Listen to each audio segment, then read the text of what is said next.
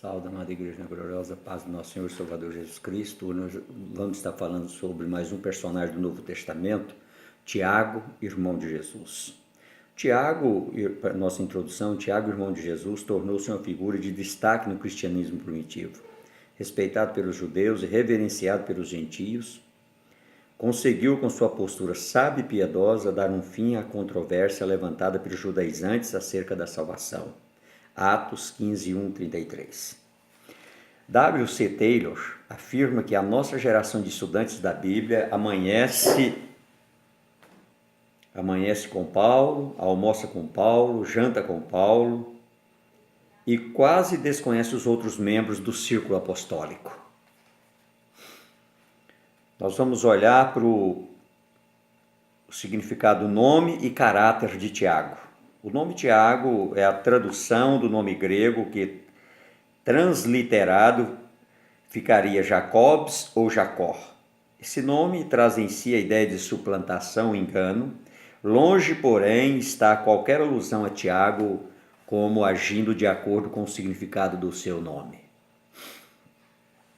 Segundo o relato de historiadores, Tiago foi um homem que expressava uma fidelidade incomum à lei e à fé abraçada por ele. Isso lhe valeu tanto respeito como admiração de gentios e judeus cristãos. Egésipo nos dá conta de que o seu fervor espiritual, sua vida moral irrepreensível e a constância na oração lhe valeram o título de justo, de o justo, título que revela o seu profundo apego a Deus e à sua palavra. Segundo a sua relação com Jesus, o seu irmão, apesar de Tiago e Jesus serem parentes tão próximos, não tinham uma relação amistosa, uma vez que Jesus alegava ser o Cristo e Tiago não aceitava a condição do Senhor. Vejamos alguns detalhes. Primeiro, a sua incredulidade, João 7:3-5, Marcos 3:21. Os textos acima apontam para Tiago não apenas como incrédulo, mas como uma atitude absolutamente rude em relação a Jesus. Quantas pessoas vivem essa mesma situação? Alegam que são filhos de Deus, irmãos de Jesus, mas na realidade não passam de incrédulos, uma vez que suas vidas revelam que no fundo acham Jesus um louco. Marcos 3:21. Segundo, a sua conversão. Atos 1:14, 1 Coríntios 15:7. Tiago, felizmente, não permaneceu incrédulo. Tiago, com certeza, foi testemunha do suplício e morte de Jesus. Não há alternativa a não ser crer na messianidade tão alegada de Jesus. Depois da conversão vem a devoção. Tiago agora encontra-se entre os demais discípulos, orando, à espera do Espírito Santo. Atos 1:14. Tiago converteu-se seguramente depois de ter visto Jesus ressurrecto. Se quiser encontrar Jesus, busque-o, estudando a sua palavra, tenha intimidade com ele, numa profunda vida de oração, esperando o cumprimento de suas promessas. Terceiro ponto sobre Tiago, a sua humildade. Note a mudança de linguagem.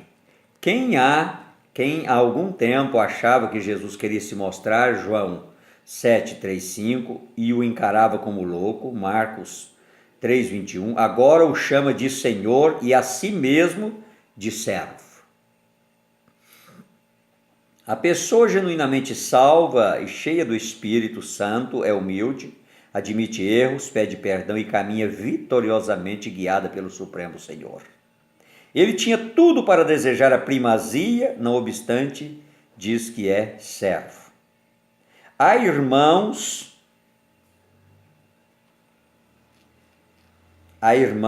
que sempre querem ter a última palavra em suas igrejas, são os manda-chuvas, não aceitam ser questionados. Outros postam-se com verdadeiros caciques de suas denominações. É hora de termos na igreja gente de fato convertida, que tem na humildade uma marca indisfarçável de seu caráter. E 3, a sua liderança. Tiago foi um líder extremamente respeitado. Isso é facilmente percebido tanto pelo papel exercido por ele na Assembleia em Jerusalém, Atos 15, 21, como no concílio, tratado com muita sabedoria, tato e humildade. Também pelos títulos a ele aplicado, vemos que ele foi um bom líder. Primeiro, presbítero, Atos 21, 18. Segundo, apóstolos, Gálatas 1, 19. 3, coluna da igreja, 2, 9. Tiago, portanto, revelou-se como coluna de apoio e sustentação na igreja, solidária com as novas lideranças, Gálatas 2:9. Um líder de verdade nunca tenta passar a perna nos outros. Com medo que tomem seu lugar, antes entendem sua destra de comunhão e mão amiga, a fim de que outros passam a labutar na causa do Senhor. A sua carta.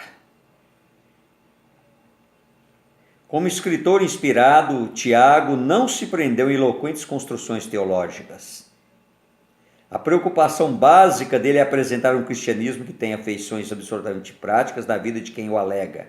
Tiago 1, 22, 25 e 2, 14 e 20.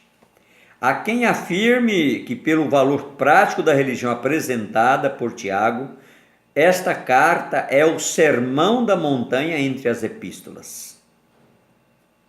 Assim como Paulo revela a justificação pela fé, João revelou que o amor é o princípio em relação aos homens com Deus e de uns para com os outros, e Tiago revelou a necessidade imperiosa da retidão moral. A sua morte. Os registros históricos nos dão conta de que Tiago morreu apedrejado pelos escribas e fariseus por não ter cedido às pressões para romper com seu compromisso com Jesus.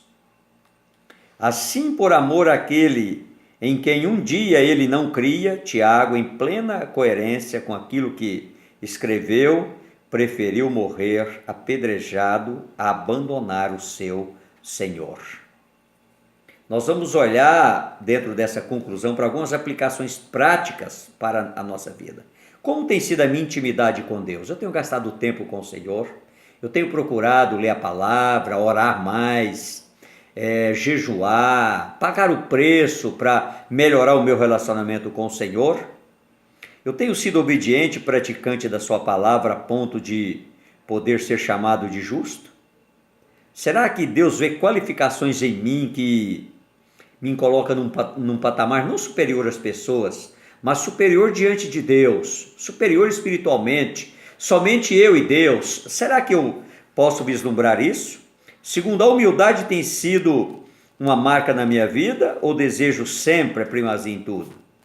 Eu tenho compreendido que eu não sou dono de nada, que eu não sou dono de tudo, que pode existir alguém melhor do que eu, que pode fazer melhor do que aquilo que eu estou fazendo? Eu tenho humildade para compreender isso? Ou eu sempre vou achar que ninguém é melhor do que eu estou acima de todas as pessoas? Eu gostaria que você estivesse meditando sobre isso, meu amado. Tiago, como líder da igreja primitiva, estendeu seu apoio a Paulo. Como cristãos, devemos ser solidários uns com os outros a fim de que a obra do Senhor tenha êxito. Nós não podemos permitir que a obra pare. Com a nossa falta de sabedoria, com a nossa arrogância, com a nossa soberba, com o nosso orgulho, nós precisamos crer que a obra não é nossa, ela é do Senhor. E sendo do Senhor, nós não temos o direito de criar obstáculos e de tentar parar a condução dessa obra. Essa obra precisa romper, precisa vencer as dificuldades que vão se levantar. Embora Tiago pudesse renunciar a Jesus e poupar a sua vida, preferiu a morte. Como cristão independente da circunstância, não devo jamais me afastar de Jesus. Jesus precisa ser o nosso melhor.